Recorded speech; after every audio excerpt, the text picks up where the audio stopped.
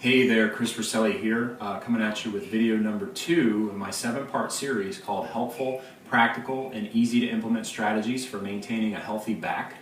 Thanks a lot for joining me today, and thanks a lot for all the comments that came in from video number 1. I got some really great feedback on it from people that said that it was very helpful information and it was stuff that they've really never been told before, that their hydration level actually does affect the health of their spine.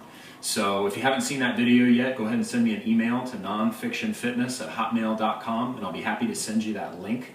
But you may be able to see it on the page that you're on if you're on my blog or on my YouTube channel, so you can just kind of check around for that. But what I want to get into today is strategy number 2 of the 7 strategies, which is adequate rest. Okay, so what is adequate rest? Well, resting from activities is really essential. Okay, so the healing process of your body only takes place during the rest period.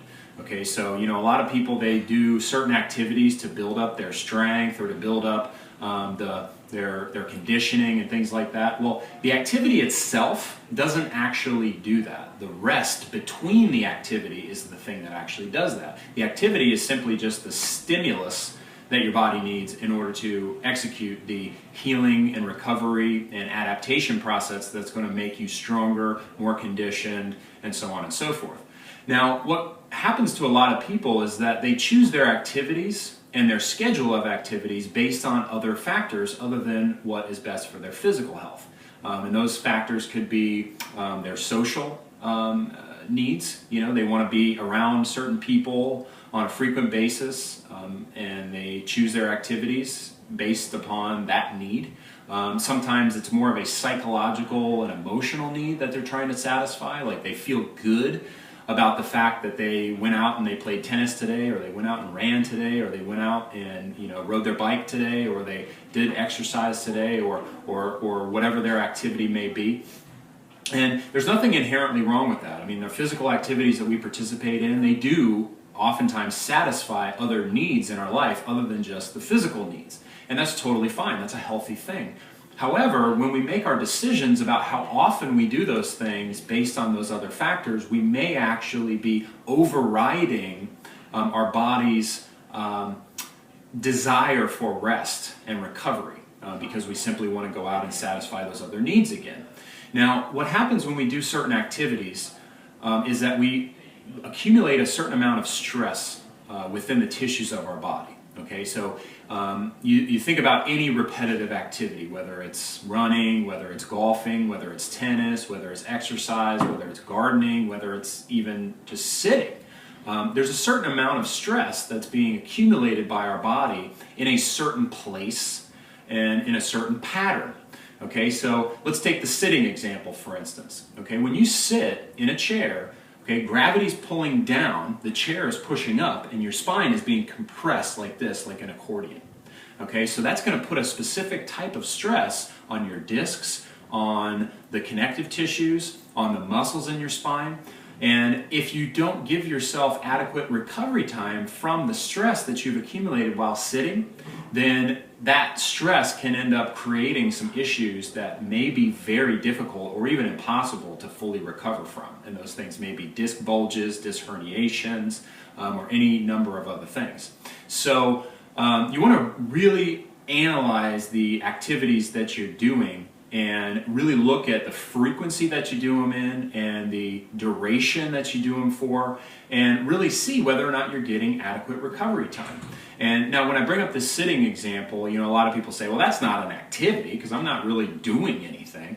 Well, you are doing something. You're sitting and you are putting a stress on your spine. So that is a certain type of stress that your body has to recover from, just like the stress that's accumulated from running and exercise and golf and tennis and gardening and any of the other activities that you would participate in. So if you sit down and you kind of analyze, okay, how often do I do this particular thing? And how long do I do it for? And am I giving myself adequate recovery time?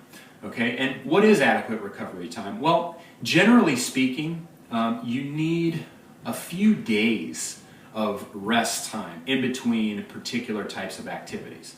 Okay, and now this doesn't necessarily hold true for simple things like walking or things that we just do on a daily basis for just normal transit and activities of daily living and things like that. But anything that is done repetitively for a long duration and puts stress on the body, is primarily the spine, is something that you really need to give yourself adequate time to recover from. And this is one of the hardest conversations that I have with a lot of the clients that I work with, because so often they're so attached to their activity because of all those other factors, the emotional factors and the social factors and the psychological factors, that they really just can't envision themselves giving it up even a little bit for the improvement of their physical health, because all those other things are so much more important to them than this is. However, when those same people start to have a decline in their physical health as a result of those activities being done too often, then they realize that this is really the thing that trumps everything. Because if this is not what it needs to be, then you're not going to be able to do those things that satisfy your psychological, emotional, and social needs, and then you're going to really be out of luck. So you don't want to ever get to that point, okay? You want to give yourself adequate recovery time, okay? And generally speaking, for most people, that's a few days, okay? So if you're playing golf every day, if you're running every day, if you're doing the same types of exercises every day, if you're sitting a lot every day, you really need to modify that as much as possible so that you are not doing the same things day in and day out. Now, does that mean that you have to be a total couch potato on your rest days? No, doesn't mean that at all. It just means you need to place a different type of stress on your body than you did the previous day. Okay, so what do I mean by that? Well, let's say that a couple of the activities that you like to do are exercise and golf. Okay, so in golf, what you're doing is this repetitive rotation. Okay, and this kind of holds true for tennis as well, although golf is a little bit more of an aggressive rotation. Now, when you do that repetitive rotation, what you're doing is you are stressing these facet joints in a particular way. You see how they're kind of rubbing on each other in a certain way as this spine rotates? Okay? So what you want to make sure that you don't do the very next day is a bunch of repetitive rotation again. Okay? So you may be fine going into the gym and doing, some crunches or, some back bends, or even some upper body and lower body exercise, things like that. Just not necessarily things that stress your spine in that rotation, because the rotational movement stresses your spine in a very specific way, and it's going to be different than when you stress it going forward or going backward or any of the other movements that you can do with your spine. So you want to make sure that you're looking at everything in a movement-specific sort of way. So if you're doing a lot of rotations one day, you may want to just not do as much rotation or no rotation the next day. If you're doing a lot of sitting one day, then you may want to do very little sitting or no sitting the next day. And it basically is the same principle no matter what your activity is, okay? Whether that's some kind of hobby like gardening, or whether that's some kind of exercise, or whether that's some kind of sport, whatever it is, look at it based on the movement that you're doing at your spine, and try to not do that same movement the very next day. And if you really want to be safe, give yourself even 2 days or even 3 days in between those activities so that you can really get adequate rest time.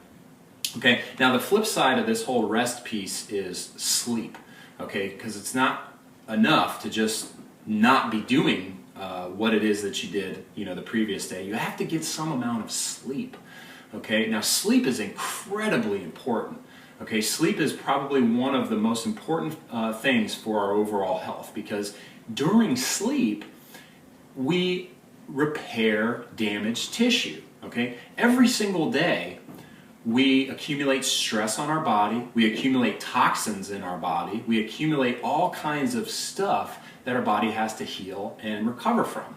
Most of that happens during sleep, okay? And you probably, can understand why this is so important, because if you've ever been sick, and maybe you've been sick in such a way that maybe it's kept you from sleeping very well, like you lay down and you're coughing, or you have a runny nose or something like that, how much more time does it take for you to recover from that sickness when you're not sleeping well, right? It takes a lot longer, Okay, and it's the same way with anything that your body's trying to recover from, whether that be activity related or whether that be some sort of chemical stress or psychological stress even. Sleep is absolutely critical. So here's the thing. We all know we're supposed to sleep 8 hours a night, okay? And that's a great pie in the sky idea, but not all of us fit into that category, okay? So if you don't, then you just need to realize that you're going to need more days of sleep than someone that sleeps 8 hours a night. So if you only sleep 5 hours a night, okay, and that's a smaller percentage than the 8 hours, then you're just going to need to have a little bit extra recovery time. You're going to need maybe 2 days, whereas the other person would need 1, okay, because they're getting almost twice as much sleep as you are, okay, and that's something that you really need to factor into your overall schedule of activity. If you haven't slept much during the night and you wake up that morning and you're, really determined to go out there and, do some sort of strenuous activity, just be careful because your body has not yet fully recovered from the stress that it accumulated yesterday. So it may not be that good at dealing with the stress that you're about to put on it today.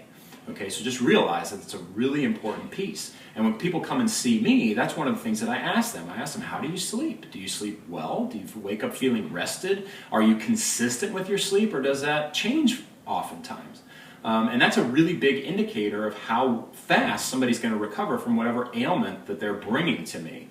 There's not a lot that I can necessarily do about that. I can't, snap my fingers and make somebody sleep better.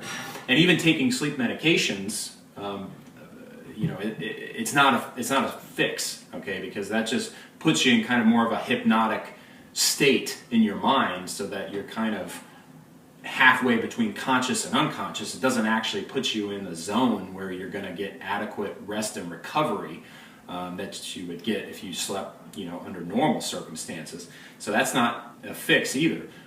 So just really be mindful of that. Really be mindful of how you're sleeping and how you are resting from activities, because that's going to play a really big role in your overall recovery and just the long-term health of your spine. Okay, so I hope that video was helpful. Hope that information is helpful. Hope that you get a lot out of that, and that you start to kind of look at your activities a little different as a result of listening to this. Email me with any questions that you have. I'll be happy to take some time and field those questions and give you whatever additional information I can to help you to make better decisions that will help maintain the health of your spine over the long term and keep you doing what you love to do without a lot of issues. Again, my email address is nonfictionfitness@hotmail.com. And until next time, it's Chris Roselli signing off. Rest, recover, be happy, and enjoy life. God bless.